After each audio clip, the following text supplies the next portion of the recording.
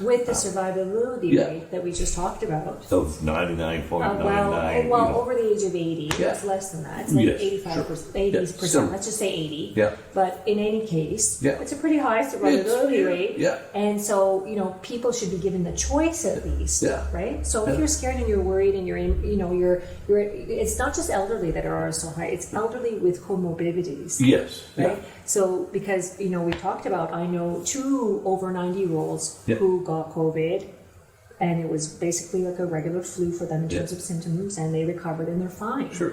Right? So, it's not just, and the other thing is that we talked about is that in long-term care settings, and in Canada in general, a third of our population is low in vitamin D. Yeah.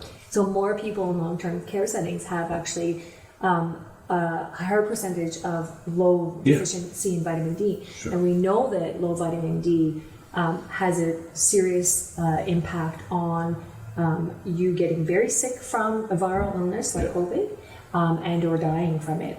And so, when the outbreak started, we shared on our website, we shared with, with the populations that I work with our COPs, with the doctors from my parents in the seniors home, please make sure that they're on enough vitamin D, right? Yeah. So for most people, 2,000 to 3,000 units a day is actually what's required. Yeah. If you can't get testing to see where your level's at.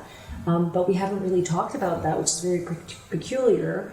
To say if we know that this is targeting, do we have our long-term care homes having the recommendation of ensuring that if all their populations can't be tested, at least everyone is put on vitamin D to protect them from this, and we haven't really talked about that either. Well, that could be another whole show, but I think here's one of the things that I have seen, and I think it's true, is during COVID, we were in such a panic mode that we forgot everything that we knew.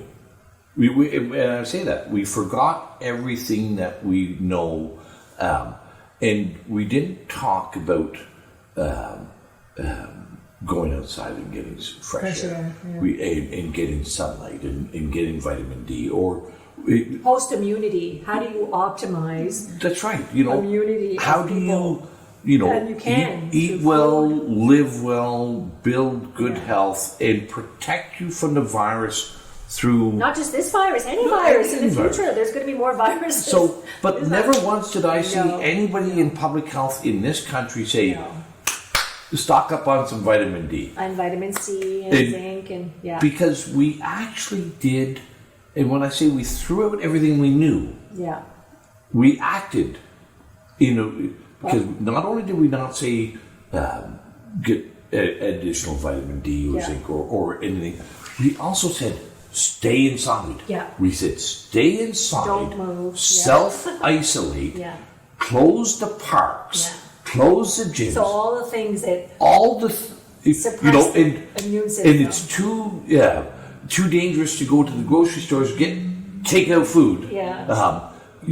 We eat healthy, live healthy, which have huge impacts on our.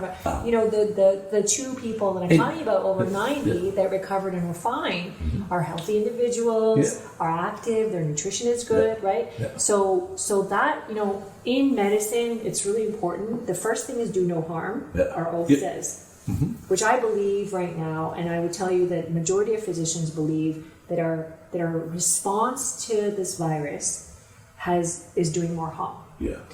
And the second is to relay anxiety and fear. And by doing that, you're empowering people, your patients, right? People, but they're not your patients, they're people. These are people. We have equal power, right? Is to let them know that they have power over their health and well-being, is to reassure them. When you weaken a person's sense that they have any control or power over something, you make them crippled with fear. And we know that fear and anxiety are directly connected to our immune system.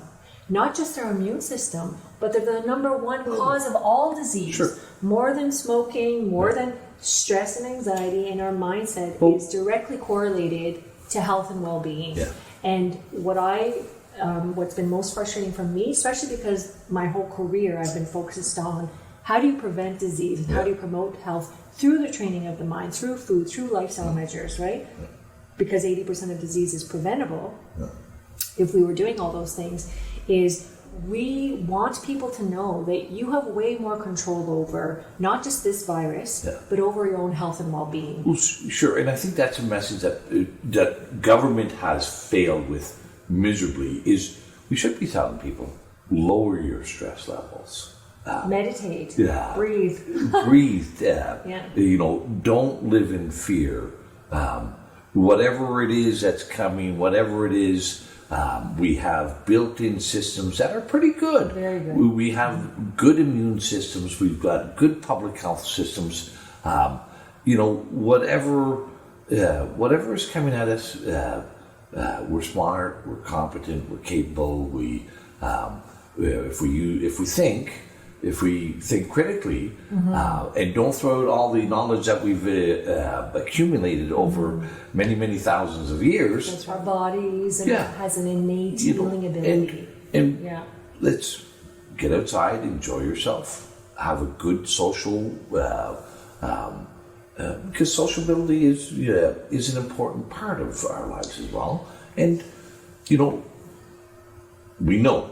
Everybody talks about blood pressure and stress levels, and our government has done a bang-up job increasing stress levels and increasing blood pressure. And you can just see it behind the terror in the eyes, really. Somebody shared with me that their main source of comfort, a young man, main source of comfort was seeing the grandmother. Because we know the matriarchs, the patriarchs who've lived through so much. And didn't die, lose their mind, didn't have a nervous breakdown. Really, and that is the challenge. I always say to my patients, the biggest critical time for ourselves to be able to survive the suffering of life, which is real for everybody. It's everywhere. We have less of it here in the developed world than they have, but it's there for everybody. It's really between the ages of 40 and 60. Right. If you haven't been able to use, again, your own power of health and well-being and the stress of life, your diet, your lack of activity, or if it's going to hit you with a cancer or a heart attack or a stroke, it's going to be then. It's going to be later too, but it's going to start then. It's just after 40. If you can go through all the different stresses that we're faced with, right? Job losses, marital losses, disease, people dying, all kinds of stuff. And we can survive that period. The elderly are the grounding individuals in our society. They're the ones that, if you look at Indigenous, if you look at it, I'm born in Iran. If you look at our elderly, are key to sharing that knowledge and experience with the young and to help as a grounding reassurance force. And this young man was saying that the fact that he's been separated from the grandmother has had a huge mental and overall impact on his health and well-being because he no longer has that connection. He can't see her. It is clear whatever we're doing didn't work very well because we have 2/3 of our fatality rate is in long-term care. And clearly, people who are elderly and who have comorbidities are going to be more susceptible. And we have to be more careful, for sure. And that's things like the Great Barrington Declaration has come out and said that we need to focus our public policies on providing better care and better protection for those who are at risk. Who are at great risk, not those who are not at any risk or at very little risk, but keeping the elderly in a mode of isolation, keep them in a state of fear is not good. And it's not protecting them, actually. It's not protecting them. It's leaving them to become sick and or die.